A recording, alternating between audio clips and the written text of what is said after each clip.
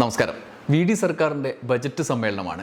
Budget അവതരിപ്പിച്ചതിന് ശേഷമുള്ള ആദ്യ ദിവസം ഏറ്റവും വലിയ കുഴപ്പത്തിൽ ചാടിയത് ആരോഗ്യ ദേവസ്വം മന്ത്രി കെ മുരളീധരനാണ്.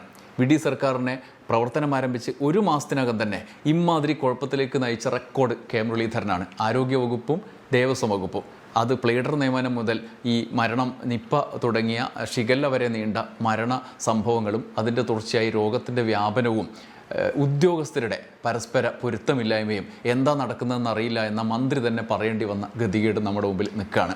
ഒടുവിൽ ബജറ്റ് സമ്മേളനത്തിന് ശേഷമുള്ള ആദ്യത്തെ ദിവസം അടിയന്തര പ്രമേയ അവതരണത്തിന് അനുമതി തേടിയ വിഷയവും ആരോഗ്യവകുപ്പ് തന്നെയാണ്. അവിടെ കെ മുരളീധരനെ പ്രതിപക്ഷം, വളരെ ദുർബലമായ പ്രതിപക്ഷം, 35 അംഗങ്ങൾ മാത്രമുള്ള പ്രതിപക്ഷം അലക്കി വിട്ടു എന്നതാണ് ശരി. നേരത്തെ നിപ്പ വന്ന കാലത്ത് എരണം കെട്ടവർ ഭരിച്ചാൽ ഇതൊക്കെ വരും, ഇതിനപ്പുറവും വരും എന്ന് പറഞ്ഞ ആളാണ് കെ മുരളീധരൻ. നിപ്പ വരുന്നത് എന്തുകൊണ്ടാണെന്ന് അശാസ്ത്രീയമായി പ്രവചിച്ച് നിർവചിച്ച ആളാണ് അദ്ദേഹം. നിപ്പയും രോഗങ്ങളും എരണം കെട്ടവരുടെ ഭരണം കൊണ്ടുവരുമെന്ന് പറഞ്ഞ് പ്രസംഗിച്ച നടന്ന മുരളീധരന് ആ വാക്കുകളെല്ലാം തിരിഞ്ഞുകൊത്തി. മുരളീധരനുള്ളത് ആദ്യം തന്നെ മുഹമ്മദ് റിയാസ് ആ സംഭാഷണങ്ങളെ കൂടി ചേർത്ത് വെച്ചുകൊണ്ട് കൊടുക്കേണ്ടത് കൊടുത്തു. വിവിധ വകുപ്പുകളിലെ വിവിധ മന്ത്രിമാർ കാരണമാണ് ഏകോപനമില്ലാത്തത് എന്ന് നമ്മൾ കരുതണ്ട. സാർ, ശബരിമല ഡ്യൂട്ടിക്ക് ഡോക്ടർമാരെ വേണമെന്ന് പറഞ്ഞു ദേവസ്വം വകുപ്പ് ആരോഗ്യവകുപ്പിന് കത്തെഴുതി. സാർ, ആരോഗ്യവകുപ്പ് തിരിച്ചു പറഞ്ഞു ഡോക്ടർമാരെ തരില്ല. ദേവസ്വം വകുപ്പിന്റെ മന്ത്രിയുടെ പേര് ശ്രീ കെ മുരളീധരനാണ്. സാർ, ആരോഗ്യവകുപ്പ് മന്ത്രിയുടെ പേരും ശ്രീ കെ മുരളീധരനാണ് എന്നുള്ളത് ഞാൻ ഓർമ്മപ്പെടുത്താൻ ആഗ്രഹിക്കുകയാണ്. സാർ, അപ്പൊ മന്ത്രിമാർ വ്യത്യസ്തർ വിവിധ വകുപ്പുകൾ കൈകാര്യം ചെയ്യുന്നതല്ല ഏകോപനത്തിന് പ്രശ്നം. ഒരു മന്ത്രി കൈകാര്യം ചെയ്യുന്ന വ്യത്യസ്ത വകുപ്പുകളിലും ഏകോപനമില്ല എന്നുള്ളത് തന്നെയാണ് സാർ ഇതിന്റെ പ്രശ്നം. അതിന് പിന്നാലെ CPIയുടെ കക്ഷി നേതാവ് കെ രാജനും ആവശ്യത്തിന് കൊടുത്തു. അങ്ങേ ഒരിക്കലും നിപ്പ രാജാവ് എന്ന് ഞങ്ങൾ വിളിക്കില്ല. നിപ്പ റാണി എന്ന് നേരത്തെ ഒരാൾ വിളിച്ചതുകൊണ്ട് അങ്ങാ പ്രവർത്തനങ്ങൾക്ക് നേതൃത്വം നൽകിയാൽ നിപ്പ രാജാവെന്നോ എരണം കെട്ട മന്ത്രിയെന്നോ ഞങ്ങൾ വിളിക്കില്ല സാർ. കാരണം ഇത് രാഷ്ട്രീയമല്ല. ഈ രോഗം വരുന്നതിന്റെ കാരണമുണ്ട് സാർ. പണ്ട് കോവിഡ് വന്ന കാലത്ത് ഒരു കേന്ദ്രമന്ത്രി കിണ്ണത്തിൽ കൊട്ടിയാൽ കോവിഡ് പോകും എന്ന് പറഞ്ഞതുപോലെ മേശപ്പുറത്ത് കൊട്ടിയാൽ പോകാവുന്ന രോഗങ്ങളല്ല കേരളത്തിന്റെ മുമ്പിലുള്ളത് എന്നുള്ളത് കൊണ്ട് ഇത് ഗൗരവമായി ചർച്ച ചെയ്യണം സാർ. മിനിറ്റിന്റെ കണക്ക് വെച്ച് നോക്കിയിട്ട് കാര്യമില്ല. എല്ലാ ജില്ലകളെയും ബാധിക്കുന്ന പ്രശ്നമാണ്. ഇത് ഗൗരവമായി ചർച്ച ചെയ്യാത്ത വളരെ സിമ്പിളായി ഈ രോഗത്തെ പ്രതിരോധിക്കാൻ കേരളം ഒരുമിച്ച് ഒരു മനസ്സായി നിൽക്കേണ്ട സംഭവത്തെ അത്തരത്തിൽ നിന്ന് ലളിതമായി കാണുന്ന ഈ ഗവൺമെന്റിന്റെ നടപടിയിൽ പ്രതിഷേധിച്ചുകൊണ്ട് ഞാനും എന്റെ കക്ഷിയും വാക്കൌട്ട് ചെയ്യാം. എല്ലാം കഴിഞ്ഞ് പിണറായിയുടെ വകയായിരുന്നു. എരണം കെട്ടവർ ഭരിച്ചാൽ ഈ രോഗവും ഇതിനപ്പുറവും പ്രളയവും വരും എന്ന് പറഞ്ഞ് പിണറായി വിജയനെ എരണം കെട്ടവൻ എന്ന് വിളിച്ചതിന് ഫലത്തിൽ അദ്ദേഹത്തിന് തിരിച്ച് കിട്ടുകയായിരുന്നു ഈ 35 അംഗങ്ങൾ മാത്രമുള്ള പ്രതിപക്ഷത്ത് നിന്ന്. ഭരണപക്ഷത്ത് നിന്ന് എല്ലാവരും നിസ്സഹായരായി കേട്ടിരിക്കാനേ നിവൃത്തിയുണ്ടായിരുന്നു. കാരണം ഇമാതിരി കാര്യങ്ങളാണല്ലോ ചെയ്തു വെച്ചിരിക്കുന്നത്. അത് പ്രതിപക്ഷത്തിരിക്കുമ്പോഴും ഭരണപക്ഷത്തിരിക്കുമ്പോഴും മുരളി അങ്ങനെയാണ് ചെയ്തു വെച്ചിരിക്കുന്നത്. എന്തായാലും പ്രതിപക്ഷ നേതാവ് ഈ അടിയന്തര പ്രമേയത്തിൻ്റെ ചർച്ചയൊക്കെ കഴിഞ്ഞ് വാക്കൗട്ട് നടത്തുമ്പോൾ വാക്കൗട്ട് പ്രസംഗത്തിൽ പ്രതിപക്ഷ നേതാവ് പിണറായി വിജയനും ആവശ്യമുള്ള കാര്യങ്ങളൊക്കെ പറഞ്ഞു കൊടുത്തിട്ടുണ്ട്.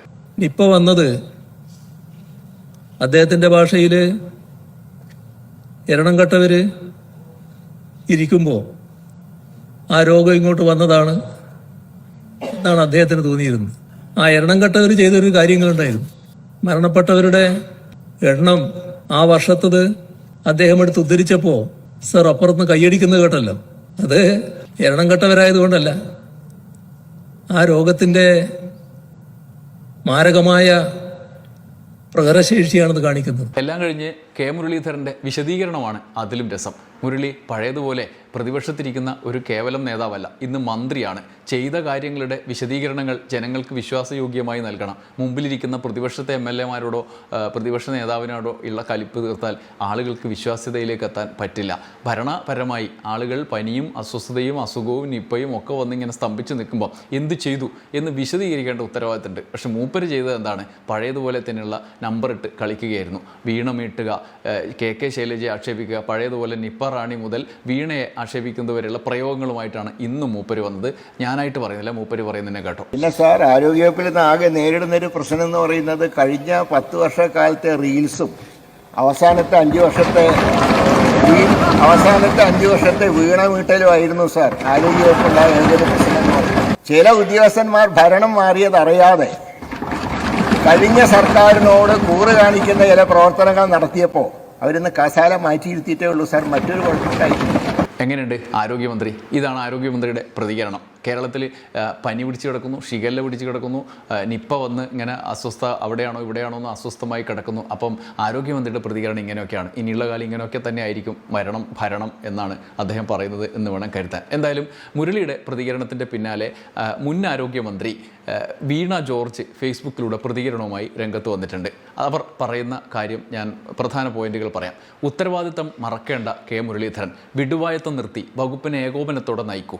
30 ദിവസത്തിനുള്ളിൽ സംസ്ഥാനത്ത് പനി ബാധിച്ച് മരിച്ചത് 87 പേരാണ്. പകർച്ചവ്യാധികളെ പ്രതിരോധിക്കാൻ ആരോഗ്യ വകുപ്പിന് കഴിയുന്നില്ല എന്ന വിഷയത്തിൽ നിയമസഭയിൽ പ്രതിപക്ഷം ഉയർത്തിയ പ്രശ്നങ്ങൾക്ക് മുന്നിൽ ഉത്തരം മുട്ടിയപ്പോൾ 10 വർഷത്തെ റീൽസും 5 വർഷത്തെ വീണമിട്ടലും ആണ് പ്രശ്നമെന്ന് കെ മുരളീധരൻ പറഞ്ഞതായി കണ്ടു. സോണിയാഗാന്ധിയെ മദാമ്മയെന്നും അഹമ്മദ് പട്ടേലിനെ അലൂമിനിയം പട്ടേൽ എന്നും വിളിച്ച മുരളീധരനിൽ നിന്ന് ഒരു മാറ്റവും ഇപ്പോഴും ഉണ്ടായിട്ടില്ല എന്ന് ഇടയ്ക്കിടെ ഓർമ്മിപ്പിച്ചുകൊണ്ടിരിക്കുകയാണ് അദ്ദേഹം. LDF സർക്കാരിൻ്റെ ആരോഗ്യ മേഖലയിലെ പ്രവർത്തനങ്ങൾ ഇപ്പോഴത്തെ ആരോഗ്യമന്ത്രിക്ക് പ്രശ്നമാകാം. കാരണം അന്ന് ഏറ്റവും കൂടുതൽ കള്ളങ്ങൾ പറഞ്ഞ് അന്യായമായും നീതിരഹിതമായും ആരോഗ്യവകുപ്പിനെയും മന്ത്രിയെയും പ്രതിപക്ഷത്ത് നിന്ന് ആക്രമിച്ചതിലും അധിക്ഷേപിച്ചതിലും മുന്നിൽ നിന്ന ആളുകളിൽ ഒരാളാണ് ഇന്നത്തെ ആരോഗ്യമന്ത്രി. അന്നത്തെ വാക്കുകളൊക്കെ ഇന്ന് ബൂമറാങ് പോലെ പറഞ്ഞവരിലേക്ക് ശക്തമായി തിരിച്ചെത്തുന്നത് നാം കണ്ടു തുടങ്ങിയിട്ടുണ്ട്. എന്തുകൊണ്ട് LDF കാലത്തെ ആരോഗ്യ മേഖലയിലെ പ്രവർത്തനം പ്രശ്നമായി മുരളീധരന് തോന്നുന്നു എന്നതിന് 2 ഉദാഹരണങ്ങൾ മാത്രം നോക്കാം. ഒന്ന്, VS ശിവകുമാറിൻ്റെ കാലത്ത്, അതായത് ഉമ്മൻചാണ്ടിയുടെ കാലത്ത് ഡെങ്കിപ്പനി മൂലമുള്ള മരണനിരക്ക് കേരളത്തിൽ 0.8 ആയിരുന്നത് കഴിഞ്ഞ വീണമീട്ടലിൻ്റെ കാലത്ത് 0.1 കുറച്ചു. ചരിത്രത്തിൽ ഏറ്റവും കുറഞ്ഞ മരണനിരക്ക് ഡെങ്കിപ്പനിയുടെ. രണ്ടാമത്തേത്, UDF കാലത്ത് അടിസ്ഥാന സൗകര്യമില്ലാതെ ഇടുക്കിയിൽ ഒരു മെഡിക്കൽ കോളേജ് തുടങ്ങി, അംഗീകാരം കിട്ടിയില്ല. എന്നാൽ കഴിഞ്ഞ 5 വർഷക്കാലം കേരളത്തിൽ തുടങ്ങിയത് 1 4 മെഡിക്കൽ കോളേജുകളാണ്, അംഗീകാരവും ലഭിച്ചു. വിദ്യാർത്ഥികൾ അവസാന വർഷത്തേക്ക് കടക്കുന്നു. 3, ശിശുമരണ നിരക്ക് UDF കാലത്ത് 12, 2025 LDF കാലത്ത് അത് 5.6 അതായത് UDF കാലത്ത് ശിശുമരണ നിരക്ക് 12 ആയിരുന്നു, 2025 LDF കാലത്ത് അത് 5.6 കുറഞ്ഞു. 4, UDF കാലത്ത് 200 ആരോഗ്യ കേന്ദ്രങ്ങളിൽ പരിശോധനാ ലാബ് തുടങ്ങുമെന്ന് പ്രഖ്യാപിച്ചു, തുടങ്ങിയില്ല. കഴിഞ്ഞ സർക്കാർ എല്ലാ ആരോഗ്യ കേന്ദ്രങ്ങളിലും ലാബുകൾ സാധ്യമാക്കി. 1300 ലാബുകളിലൂടെ ലാബ് ശൃംഖല കേരളത്തിൽ സാക്ഷാത്കരിച്ചു. മാത്രമല്ല എല്ലാ ജില്ലാ ആശുപത്രി തലത്തിൽ സൂപ്പർ സ്പെഷ്യാലിറ്റി ചികിത്സ സാധ്യമാക്കുന്നതിന് കാത്ത് ലാബ് തുടങ്ങി. ഇങ്ങനെ തുടങ്ങിയ ആയിരക്കണക്കിന് കാര്യങ്ങൾ. 30 ദിവസത്തിനിടെ 87 പേർ പനി ബാധിച്ച് മരിച്ച് ഇരിക്കുകയാണ് കേരളം. ഈ യാഥാർത്ഥ്യത്തിൻ്റെ മുന്നിലാണ് ആരോഗ്യമന്ത്രി നിസ്സാരമായി കാര്യങ്ങളെ കാണുന്നത്. വകുപ്പിനെ ഏകോപനത്തോടെ നയിച്ച് ജനങ്ങളുടെ ആശങ്ക അകറ്റാൻ ഫലപ്രദമായ ഇടപെടൽ നടത്തുകയാണ് ആരോഗ്യമന്ത്രി ചെയ്യേണ്ടത് എന്നാണ് വീണ ജോർജ് പറയുന്നത്. ഇവൻ ഇതൊക്കെ പറയുവാ. മതി ഇനി മൊത്തത്തിലൊന്ന് വാറ്റി പുഴുങ്ങി എടുത്താൽ മതി. ഇവനെ കൊണ്ട് വേറെ ജോലിയുള്ളതാ. 87 പേർ പനി വന്ന് മരിച്ചു കിടക്കുമ്പോഴാണ് വീണമീട്ടലും ശൈല ടീച്ചർക്കെതിരായ ആക്ഷേപവുമായി ഈ ആരോഗ്യമന്ത്രി നമ്മുടെ മുമ്പിൽ നിൽക്കുന്നത്. എന്തായാലും നിയമസഭയിൽ കഴിഞ്ഞ കാലത്തെ പറച്ചിലുകളുടെയും പ്രവർത്തനങ്ങളുടെയും ഒക്കെ തിരിച്ചടികൾ അദ്ദേഹം ഓരോന്നോരോന്നായി നേരിട്ടുകൊണ്ടിരിക്കുകയാണ്. ഏറ്റവും ഒടുവിൽ 1 മാസത്തെ മേന്മ എന്താണ് എന്ന് മുൻ ആരോഗ്യമന്ത്രിയെ കൊണ്ട് തന്നെ പറയിച്ച് കെ മുരളീധരൻ അതും കൂടി ഏറ്റുവാങ്ങിയിരിക്കുന്നു. മുരളീധരൻ ഈ പോക്കാണെങ്കിൽ 5 കൊല്ലം കൊണ്ട് കേരളത്തെ അട്ടിമറിക്കുക തന്നെ ചെയ്യും. നന്ദി, നമസ്കാരം.